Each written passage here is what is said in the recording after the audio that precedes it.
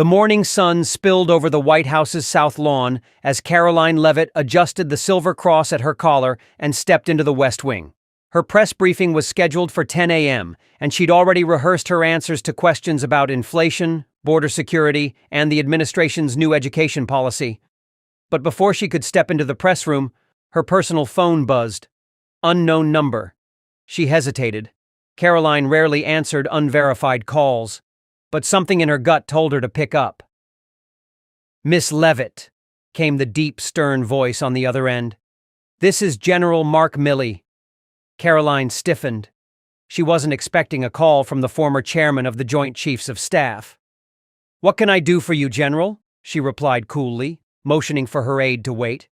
"There's a briefing I need you to cancel," he said flatly. "You're walking into classified territory, and let's just say it's above your clearance. Drop the topic, or we'll have a problem." Karoline's eyes narrowed. "General, are you threatening a sitting White House press secretary?" A long pause. "I'm warning you," Milley said, his tone sharper now. "You're poking around where you don't belong. You may think the president has your back, but he won't shield you from what I can unleash. You're young, loud, and you're playing in the big leagues now." The line went dead. Karoline stood frozen for a second. Her aide approached, whispering, "Miss Leavitt, the press is waiting." She nodded, sliding the phone into her pocket. But something had shifted. Later that afternoon, while combing through internal briefings, Karoline found a redacted document referencing Operation Night House, a phrase she'd heard only once before, whispered during a classified military roundtable that she accidentally overheard 2 months prior. That night, instead of sleeping, she dug through every record she could access: emails, printed briefings, off-the-record notes from her predecessor. And there it was. Milley had signed off on covert military assessments contradicting the president's public policies. He wasn't just disagreeing, he was subverting. And now he was trying to silence her. Karoline Leavitt didn't get into politics to be silenced. If Milley wanted her quiet, he had picked the wrong woman. She wouldn't just speak, she'd expose.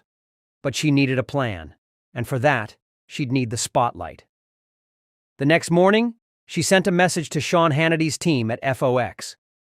"Ready to go live, topic, military overreach, full segment, no holds barred." Within hours, the headline was plastered across the conservative media sphere. "Karoline versus Milley, FOX exclusive coming tonight." It was no longer a warning. It was war. By noon, the Fox studios in Manhattan were buzzing. Producers scrambled between control rooms, phone lines lit up, and camera crews rehearsed every shot twice. The upcoming live segment was already being promoted as the biggest political confrontation since Trump's 2016 CNN walkout. The Chiron read, "Tonight, Karoline Leavitt breaks silence on General Mark Milley." Back at the White House, Karoline reviewed her notes alone in her office, bathed in the pale blue light of 2 monitors and the soft hum of her air purifier. On her desk lay 3 manila folders, each one stamped confidential. They were copies she had legally obtained through the Presidential Communications Office. Milley thought she was guessing. He had no idea she had his actual signature. Karoline stared at the top document, an internal military memo from 2 years prior, signed by General Milley, warning that certain operations in Eastern Europe directly contradicted the president's foreign policy commitments. Instead of raising concerns internally, he had communicated with Allied commanders in a back-channel forum. The memo contained phrases like preventative autonomy and administrative override. To Karoline, it sounded like an unauthorized foreign policy. That would be her opening shot. She slid the folders into her leather portfolio and stood up. Her red blazer was pressed, her cross gleaming at her collarbone. But this time, she wasn't just representing the administration. She was standing for accountability, not just political, but moral. "Black cars outside," her assistant called from the doorway. "Let's move." On the ride to Fox, Karoline reviewed the possible traps. Milley wouldn't sit by quietly. The Pentagon was surely watching, and if she slipped even once, disclosed one wrong detail, she'd be branded a national security risk. But she knew exactly what she was allowed to say. More importantly, she knew how to say it. As she entered the studio, Sean Hannity greeted her with a firm handshake. "You ready for this?" Karoline gave him a smile, sharp and fearless. He made it personal. "So yes, Sean, I'm ready." 10 minutes before they went live, Hannity's executive producer leaned in. "We just got word Milley's office issued a statement. It says, General Milley has no knowledge of any breach and warns the public not to be misled by media stunts designed to inflame trust in the armed forces." Karoline laughed under her breath. "Perfect. Now he's playing defense." As she sat under the blinding studio lights, mic clipped to her collar, makeup dabbed at her cheekbones, Karoline centered herself with a quiet prayer. Then, she glanced at the camera lens and rehearsed her first words silently. "General Milley warned me to stay quiet, but I won't, and here's why." The countdown began. 5, 4, 3, 2, 1. The red light turned on, and America leaned in. "Good evening," Karoline began, her voice clear and firm as it rang through living rooms, bars, and social media live streams across the country. "I wasn't planning to speak on this tonight, but when a former chairman of the Joint Chiefs calls to threaten your silence, well, you either obey or you speak louder." The audience at home froze. Hannity leaned back in his chair, letting her take the floor. Karoline held up the first document. "This is a declassified memo, signed by General Mark Milley himself. In it, he references a covert briefing given to NATO officials without presidential authorization regarding American deployments in the Baltic region. That's not standard military advisory. That's freelancing foreign policy." Hannity's jaw tightened, clearly caught off guard. Karoline leaned forward. "General Milley told me, and I quote, 'You're playing in the big leagues now.' I have no problem with the big leagues.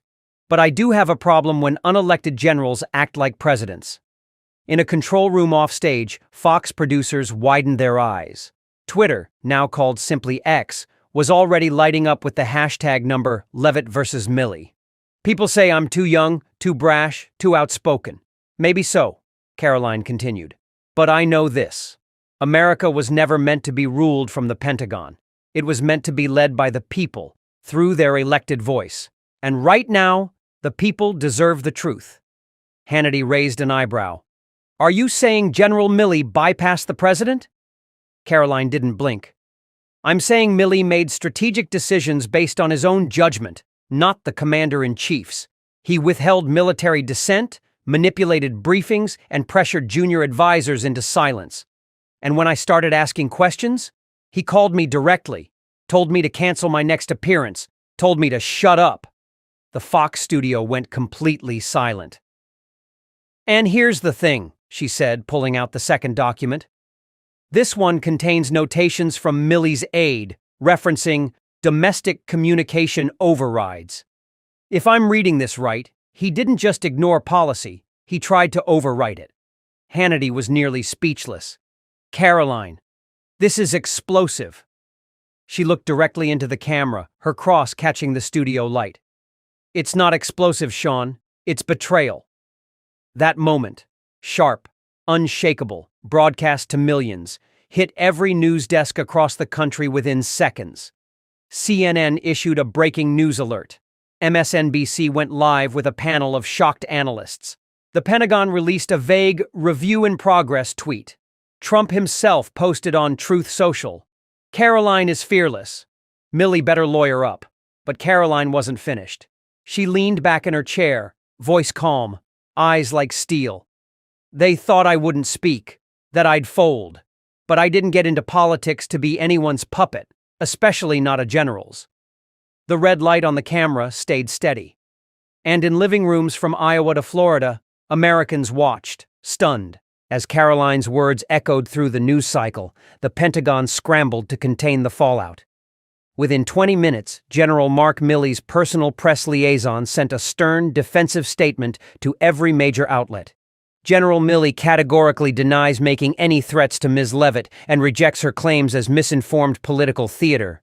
He served this nation with integrity and will not be baited into media-driven ambushes. But Karoline anticipated this. She expected denial, She expected spin. What Milley didn't expect was what came next. She leaned forward again, her tone sharper now, holding up her phone for the camera. Since General Milley says this is political theater, I'd like to share with America a voicemail I received 4 days ago. Hannity blinked. You're serious? Karoline nodded. Very. She pressed play. The studio speakers, toned for broadcast, carried Milley's unmistakable voice. Low, gravelly, firm. Karoline, this is General Milley. I heard you're planning to bring up that memo on FOX. I'd think twice. You don't want to start something you can't finish. Stay in your lane. That's a friendly warning. The room froze. Hannity, visibly stunned, cleared his throat. That, sounded pretty clear. Karoline muted the phone and looked directly into the camera. He calls that integrity? Online, chaos erupted. X, formerly Twitter, exploded with posts.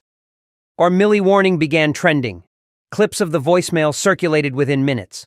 The voicemail, raw and unedited, stripped Milley's defense of any pretense. His denial was now contradicted by his own voice. Meanwhile, Milley's team scrambled. An aide called Fox demanding the voicemail not be replayed. Fox refused. CNN reluctantly aired the clip. MSNBC tried to downplay it, but couldn't avoid the explosion. Newsweek ran the headline, Karoline drops voicemail bomb, Milley cornered, and then, at 9:32 p.m., Milley made the worst move possible. He called in live. Fox producers almost said no, but Karoline smiled. Let him speak. He appeared via phone, voice tight. Let's be clear, Milley said. That voicemail was taken out of context. I was offering advice, not issuing a threat. Karoline cut in sharply. Telling me to stay in your lane isn't advice. It's condescension from a man who's forgotten the Constitution. The line went dead. Milley had hung up. That's what I thought, she said, her voice calm, victorious. The crowd in the FOX studio broke into scattered applause, and the nation, still glued to screens, began to realize this wasn't just a press secretary with a flair for headlines. Karoline had just dragged a retired general into the political ring, and he was already losing. The next morning, Washington, D.C. was ablaze. Karoline's explosive broadcast dominated every headline. By 7 a.m., congressional phones rang off the hook. Journalists hovered outside Senate offices. And inside the Capitol, two factions rapidly formed. Those who stood with General Milley, and those who now feared Karoline Leavitt more than they ever had. Representative Jim Jordan stepped up first, his voice firm at a press briefing. That voicemail speaks for itself. If a retired general is using his legacy to intimidate public officials or interfere with oversight, we need hearings, and we need them now. In the Senate, Josh Hawley tweeted, Karoline showed courage. The Milley memo raises serious constitutional concerns. Congress must investigate. Even Democrats hesitated. Some dismissed the voicemail as harmlessly paternalistic, but others, particularly moderate voices, warned against appearing to defend threats. By noon, House Speaker Mike Johnson called for a closed-door hearing, not about Karoline, but about Milley. A subpoena for his NATO memo was drafted within hours. At the White House, President Trump was jubilant. This is what we've been waiting for, he reportedly told aides. She stood up to the generals, and they blinked. Karoline, meanwhile, wasn't celebrating. She was preparing. That afternoon, she walked into the Capitol carrying a white folder packed with hard copies of Milley's NATO briefing notes, communications logs, and timeline records. Fox cameras caught her entrance. Live. She's not letting this die, the host whispered as Karoline passed security. Inside, she met privately with Jordan, Gates, Stefanik, and other key figures. Her plan wasn't just about vindication, it was about accountability. They're not afraid of generals, she told them. They're afraid of exposure. That's why they want me silenced. Outside the building, protesters had already gathered. Some held signs that read, "Back off our soldiers." Others waved Karoline for Senate banners. The clash of loyalty and truth was becoming undeniable. That night, on Tucker Tonight, Karoline appeared again, not as a guest, but as a force. She recounted the hearing prep, laid out the memo chain, and then calmly said, "If the military forgets who they serve, they cease to be defenders of freedom. And we have a duty to remind them, with facts, not fear." Viewers at home sat stunned. Even some of Milley's longtime defenders were now silent. Karoline hadn't just turned Milley's warning upside down. She had turned the nation's eyes toward the one question no one in D.C. wanted to ask out loud. Who's really calling the shots? At 8:13 the following morning, a PDF file leaked online, and it was the final crack in the dam. Titled, Strategic Advisory Outlook, Domestic Stabilization in Post-Trump Scenarios, the internal memo carried General Mark Milley's digital signature and bore the seal of the Joint Chiefs of Staff. Though not classified, it was labeled for internal advisory use only. Inside were unsettling phrases. Increased polarization may require coordinated messaging control. Civilian figures with broad youth appeal, particularly those under 35, must be monitored for narrative disruption. Press secretaries who promote destabilizing rhetoric may require counter-narrative containment. That last line? It had been highlighted in red, and someone, likely a patriot inside, had leaked it to a conservative news source, who handed it straight to Karoline. She didn't wait for another studio segment. She went live on her X account with the caption, "He said I made it up. Here's the memo. Read it yourself." The post hit 1 million views in under 10 minutes. By lunchtime, number contain. This was trending. Major media outlets scrambled. CNN offered the Pentagon a chance to clarify. They refused. MSNBC went quiet. The Daily Beast called it an unprecedented breach of military neutrality. Trump shared the post, simply commenting, "They tried to silence Karoline. Instead, she's silencing them." Inside the Pentagon, chaos ignited. An internal review began immediately. Milley, already under fire, had to call in legal counsel. At Fox HQ, Hannity couldn't hide his shock as he read the memo live. This is beyond politics now. This is institutional arrogance, exposed by a 27-year-old woman with a spine of steel. Karoline, meanwhile, kept calm. She released a short video standing in front of the Capitol steps. Her voice was level, not emotional. Her tone was legal, not theatrical. This isn't about left or right. It's about the Constitution. When a general labels elected voices as destabilizing, when he targets Gen Z for narrative disruption, that's not defense, that's control. And I don't care how many stars he's worn, he doesn't get to rewrite the rules. For the first time, even Democrats hesitated to defend Milley. Karoline had made it impossible. The memo wasn't vague. It wasn't theoretical. It was strategy, designed to suppress dissent.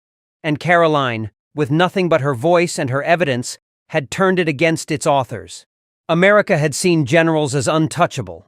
Now, thanks to her, they were under a microscope. And she hadn't even started her full testimony yet. The subpoena was official by dawn.